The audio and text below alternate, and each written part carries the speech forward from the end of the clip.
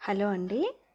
ఈరోజు వీడియోలో నేను స్టిచ్చింగ్ చేసేటప్పుడు కావాల్సినవన్నీ ఏ విధంగా నేను అరేంజ్ చేసుకుంటానో ఈ వీడియోలో నేను చూపిస్తాను. చూడండి, స్టిచ్చింగ్ చేసేటప్పుడు హడావిడి లేకుండా ఉండడానికని నేను కావాల్సినవన్నీ ముందే ఇక్కడ పెట్టుకుంటాను.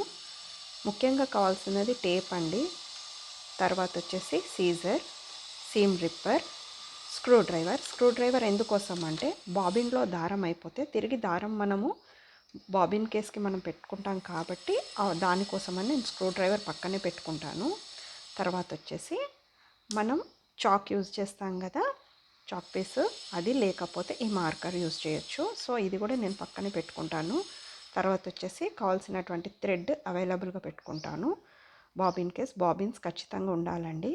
ఇక్కడ 2-3 బాబిన్స్ ఎందుకు కనబడుతున్నాయి అంటే, ఒకటి వచ్చేసి ఇక్కడే నేను బాబిన్ కేస్లో బాబిన్ పెడతాను.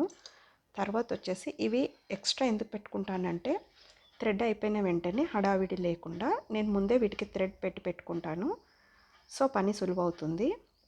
తర్వాత వచ్చేసి నేను చాలా మటుకు థ్రెడ్స్ వేస్ట్ చేయనండి. ఇలా వాడిన తర్వాత మిగిలినటువంటి థ్రెడ్స్ అన్నిటినీ నా పక్కన పెట్టుకుంటాను. ఎందుకంటే ఒక్కొక్కసారి థ్రెడ్ లేదేమో అనుకొని కొత్త థ్రెడ్ యూస్ చేస్తాం కదా, అలాంటి ఇబ్బంది లేకుండా ఆల్రెడీ ఉన్న కలర్స్ ఇక్కడ ఉంటే తిరిగి వాటిని వాడుకోవడానికి వీలవుతుందని ఇలా నాకు కావాల్సిన థ్రెడ్స్ అన్నీ ఈ బాక్స్ నా పక్కన పెట్టుకొని స్టిచ్ చేశాను. సో ఈ విధంగా చేయడం వల్ల పని సులువవుతుంది. ఈ వీడియో కనుక మీకు హెల్ప్ అవుతే ఖచ్చితంగా లైక్ చేయండి, షేర్ చేయండి, సబ్స్క్రైబ్ చేసుకోండి. Thank you.